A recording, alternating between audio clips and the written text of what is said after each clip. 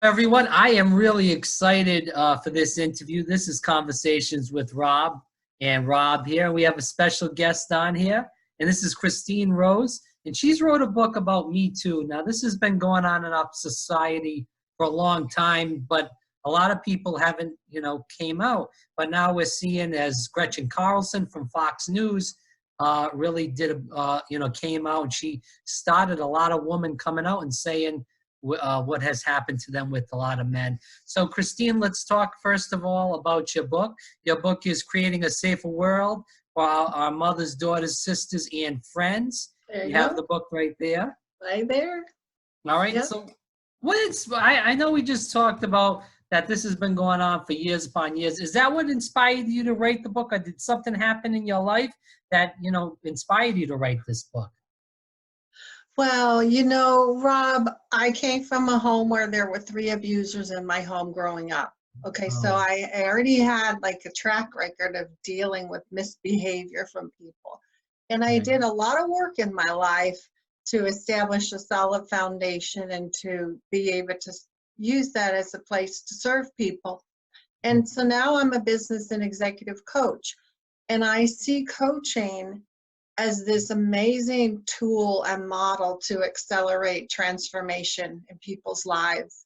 So I was actually having a glass of wine with a girlfriend, and we were talking about Me Too in the summer of 2018, and how this hashtag just took off. And, in a matter of one day on Facebook, 12 million posts, 4.5 million people were sharing personal stories that, some of them for the first time. And then the hashtag kept on being used. It kept on kind of gaining interest. And for social media, that had a lot of longevity. And I said to my girlfriend, I just can't believe this. I think we're at a tipping point in the culture. I think I need to write a book. So she said, you do need to write a book. What's it called? And I said, what's next? So that didn't end up being the name of the book, but Life Beyond #MeToo, because I have personally seen transformation for myself. And I've also seen organizations create transformation, and I love to see the culture create a major transformation with this and really take advantage of this opportunity. Right. So let's kick this around a little bit, and I really want to get into this topic. First of all, we've seen, and this is, I'm not about this, but I just want to do this from a different perspective. I don't believe in this, but we have a lot of people that are more on the other side of the aisle that say a lot of women do this stuff to themselves. They go out at night. They dress, provocative. The men are drunk. They see this and they want to get, in bad English, I guess, but this is the way a lot of the kids talk. They want to get a little bit of action, and the woman is drunk, and they take advantage of the woman. But a lot of men say that. They say, well, the woman is asking for dressing like that. What is your opinion on that? Yeah, actually, I do talk about this stuff in the book. Okay, so you definitely want to pick it up. And I would turn that around to every reader and say, what is your opinion? Okay, and then what is your basis of your opinion? What's the reality? What's the facts? And then given the facts, maybe let's look at what's the most logical and helpful opinion to have to make everybody be able to get what they want. So I know that sounds kind of coachy, and I do that on purpose because in my book, I don't say you got to do it my way. Of course. I say you are an intelligent human being. Even guys who are drunk can be intelligent human beings, because what? There's a lot of drunk guys that absolutely have never harmed a woman. So using alcohol as an excuse to make a bad decision is one thing people do. Right. And there are a lot of scantily dressed people in the world who've never been attacked too. Right. So using the argument that, hey, just because, she was wearing something doesn't mean she was asking for it. So there's a Right. book by Kate Harding called Asking for It, about the culture that she calls rape culture, but I'm calling it old normal in the book, because I think that if we see that there's a whole lot more that goes into it than kind of that, there's actually just generations and generations of assumptions about how we deal with people. Well, And so we got to go deeper into that. yeah. Well, my thing is, and this is how I feel about that, and I appreciate the perspective, is that as much as guys say, women go out and dress up and they feel comfortable with their body, if they want to wear some tight clothes, it's okay with me.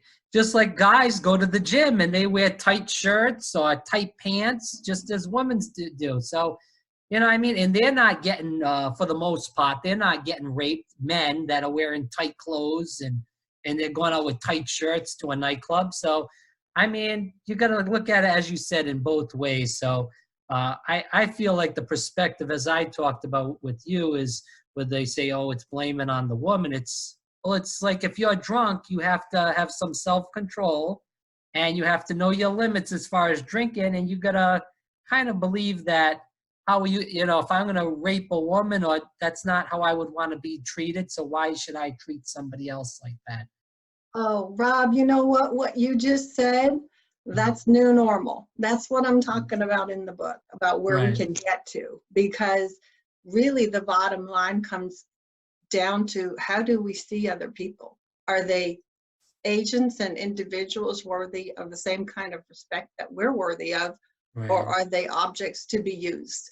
And when you recognize that, oh my gosh, you're new normal, because now you're making choices to honor other people. So I was born in the 90s era, and I'm not that old yet. Thank knock on wood. I'm getting close. You're just a kid, Rob. Yeah, but when I was brought up, you watch MTV, you see a lot of scantily clad women. The porn industry is huge now. You don't have to go out and buy a videotape or a CD. You can just watch stuff on TV. You have dealt with this in your personal life and have dealt with this with other women. Do we feel like, do you feel like that this is because of that kind of culture where this has been bred in male minds for years upon years, whether it's a scantily clad woman in music, porn, and this stuff is huge. These are huge industries now. Is that why we had these problems in general? We're still having these problems now. Well, that's a good question. I do address some of the cultural influences that are, kind of feeding this idea that women are somebody you can use. Right. I think it goes further back. I mean, before the technology made it explode and really be like some of the biggest industries in the world. And I do talk about how porn fuels sex trafficking, which fuels porn. And there's numbers in the book. So, part of the problem is that people compartmentalize in their brain, and they don't recognize that actually porn damages your brain. You can read the statistics in the book.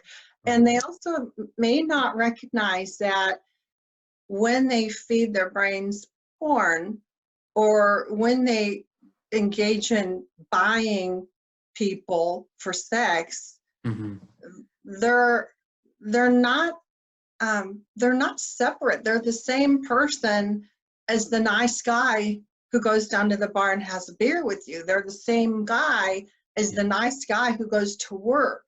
You can't compartmentalize those things, and people try to do it. So, I really do talk about in the book some of the influences of the culture that I call old normal and how pervasive they are.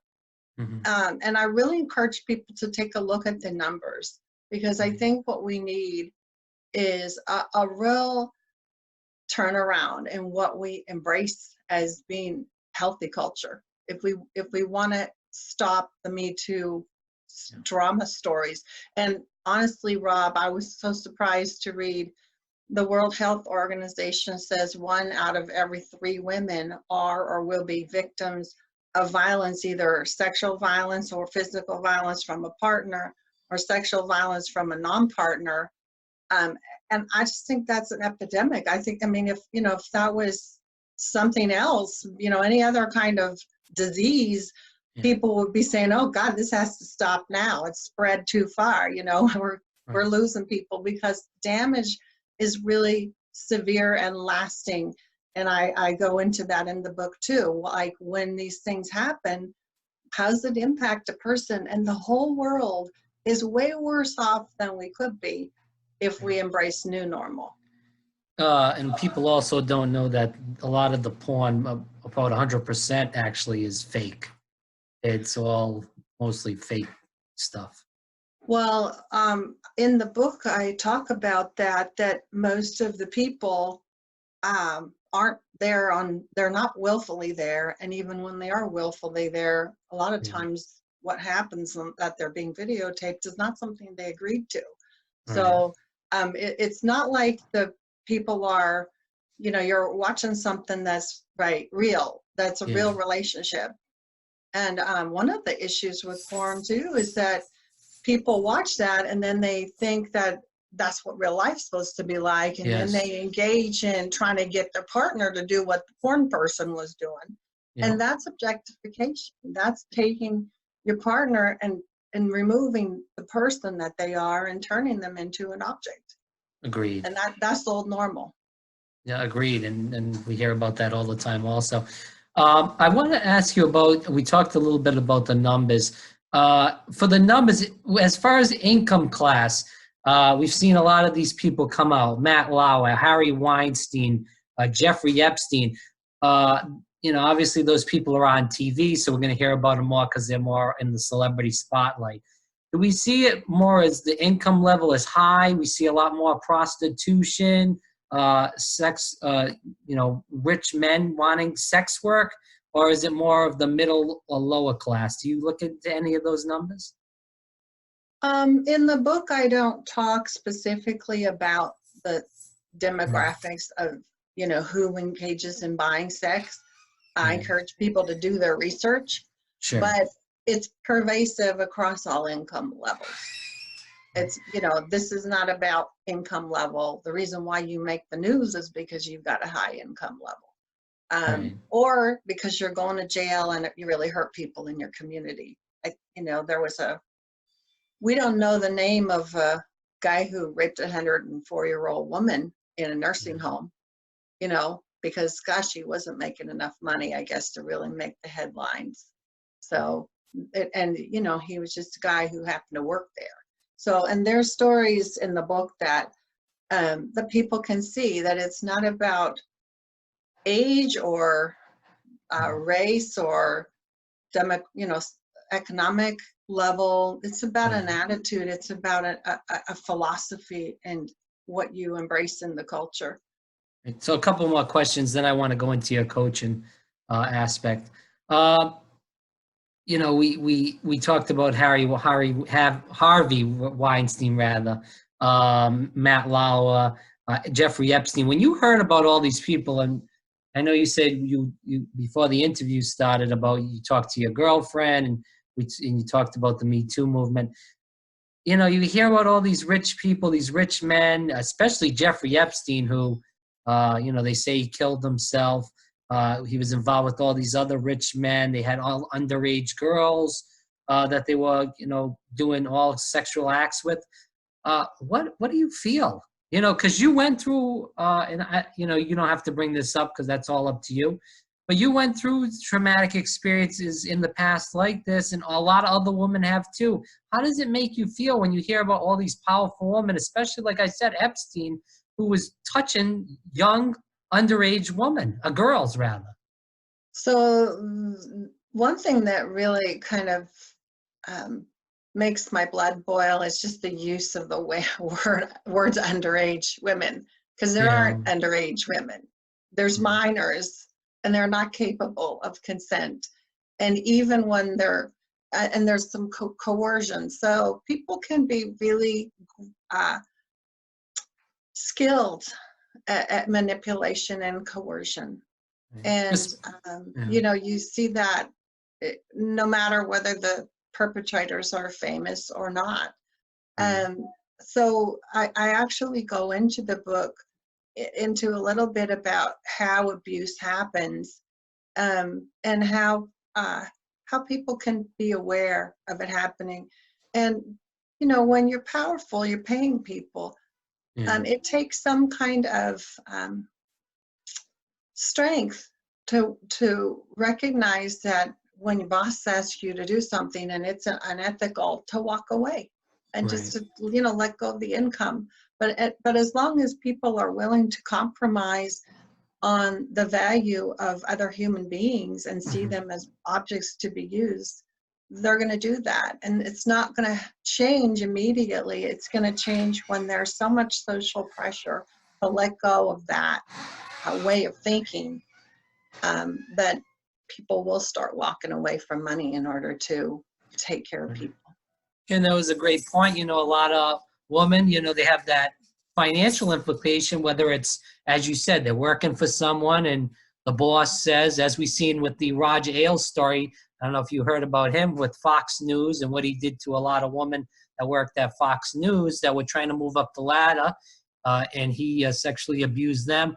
Also, we see, you know, in the Jeffrey Epstein case with the younger girls, they had nowhere to go.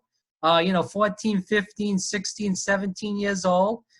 Their family was in bad shape, so they ran off with him. They made some money, and they were, you know, young. Their minds aren't developed yet. And he gave them money, and all these guys and, you know, the rich men were taking advantage with them. So you're 100% right. And it's really sad that, you know, men, I guess, can't find women their age. You know, even if they liked women their age, as long as you see someone as an object instead of a person, and as long as you're, I mean, you know, there's, honestly, there are more people who sexually assault people they know than there are people that sexually assault strangers. So, and it happens at every age. And it's about what you believe about yourself and what you believe about other people. So one more aspect on this, with the Me Too, we look at religions. You know, I'm Catholic. There's no woman involved in the church. The Muslim religion, they have no woman in their church either. We see, you know, fewer women in public office than men. There's never been a woman president. Do you feel like society has kind of, you know, been set up against women? And this has been going on for years upon years upon years, that, you know, women are looked down upon on jobs. Women are paid less in the workforce. So, I mean, I'm not a woman, but that's how I personally feel, that, you know, women are set up to fail in society more so than men. Yeah, you know, I do talk about that in the book, Rob. There are really a lot of hurdles that you face by being born female, and first of them is birth. You know, in some countries, the sex selection abortion has caused a great vast overpopulation of males and certain age groups. And then it goes on through education. In, you know, in many places, education is not equal, and then even where it is, often there's biases in the educators that are built in about what girls can or can't do. And it continues through income, from the level you get paid at your first job to whether or not you're going to get promoted, to the level that you're paid at different jobs. One thing I've found is that the research is showing that transparency about pay is starting to equalize pay. So I think that there's a lot we can learn about how the kind of the deck is stacked, and then there's a lot we can do. So you definitely want to pick up the book and kind of get some more information about that. Right. So last question again, and I want to get into that coaching aspect. I know I said that before. Younger women my age, they seem like they're more politically active. They seem like, not to say women that are a little older on, but they seem like they're more than willing to fight for a lot of the rights that have, been, not given to women. When you're coaching a lot of these women, especially on the Me Too aspect, do you feel like there's a difference between women that are younger than women that are more older? I haven't had that experience in terms of people's willingness to get involved politically or people's interest in, taking what they know and using it to create their best future for themselves and for other people.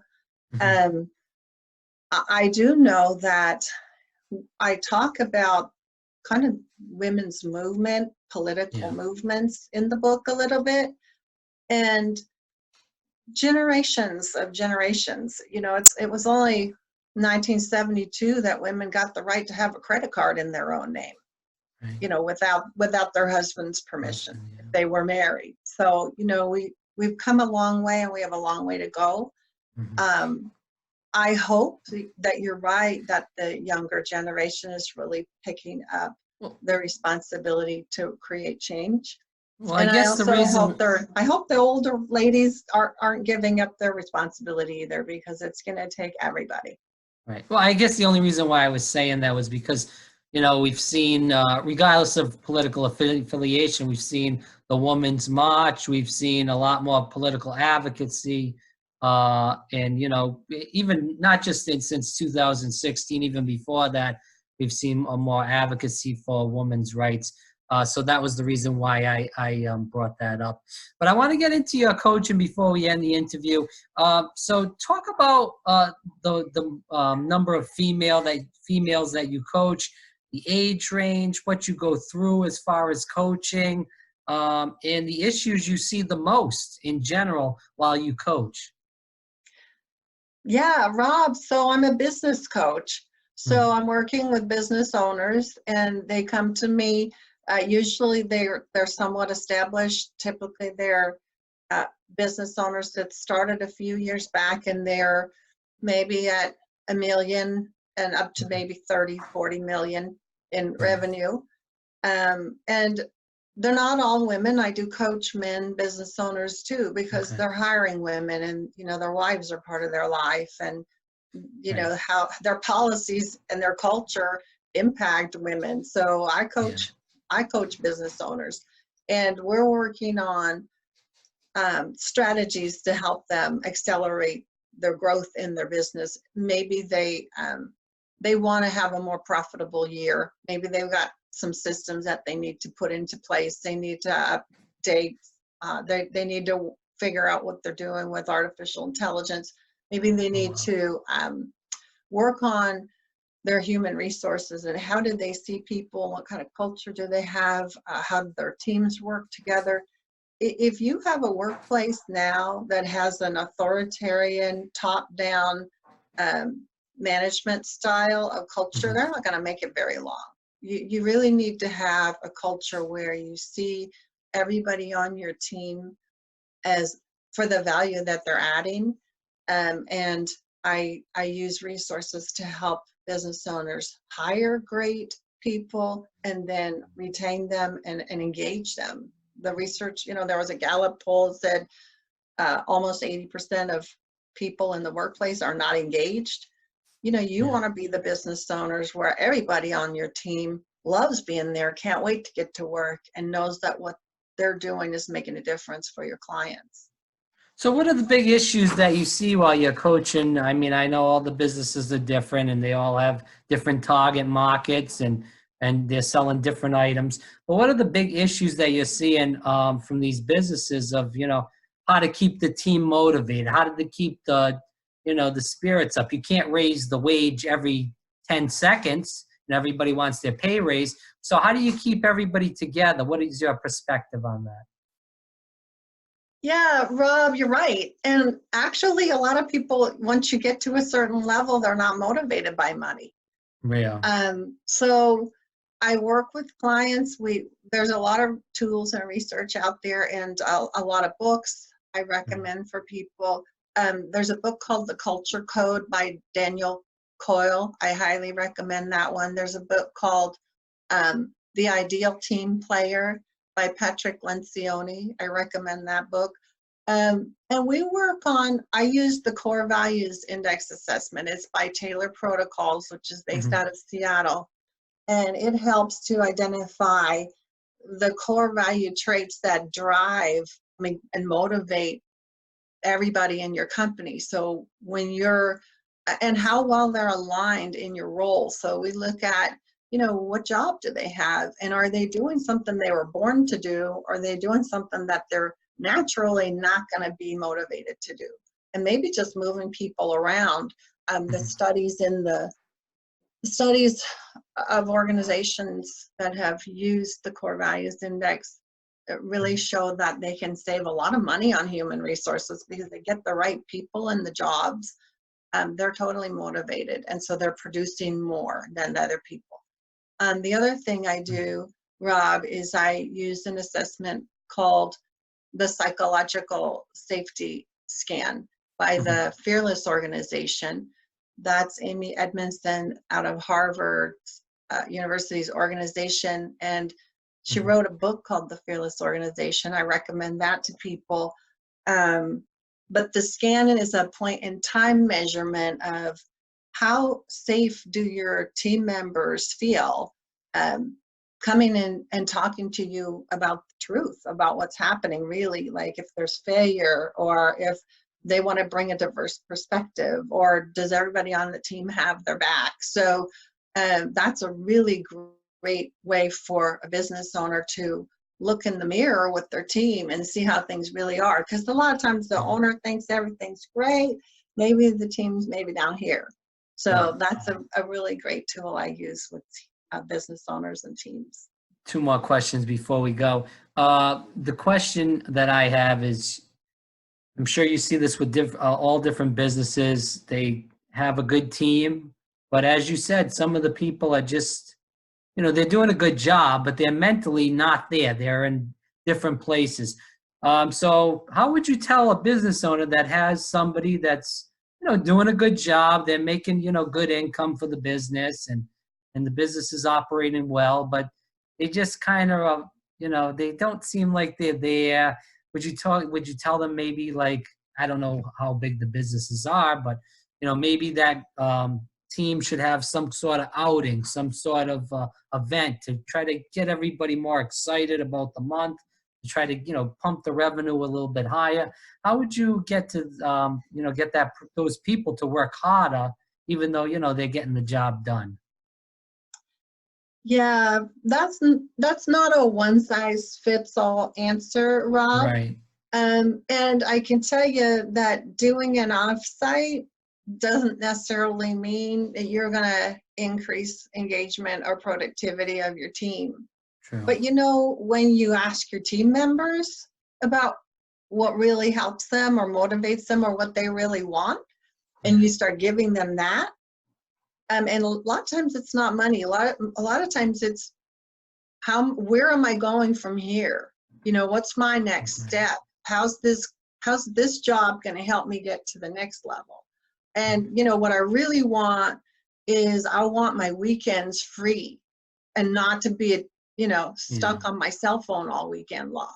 Or what I really want is, I like this part of my job, but can we give this part away to somebody else because I'm not doing that part very well? So it depends on the person, and good managers and good business owners will really figure out who the people are on their team and what they want, and care about their cares. Because when you got somebody who cares about what you care about, right, you'll do almost anything for them. right. So a last question, and I think you'll be able to answer this, but you should. Anyway, we see a lot of job applications out. there's more job openings than there are, people applying for the jobs.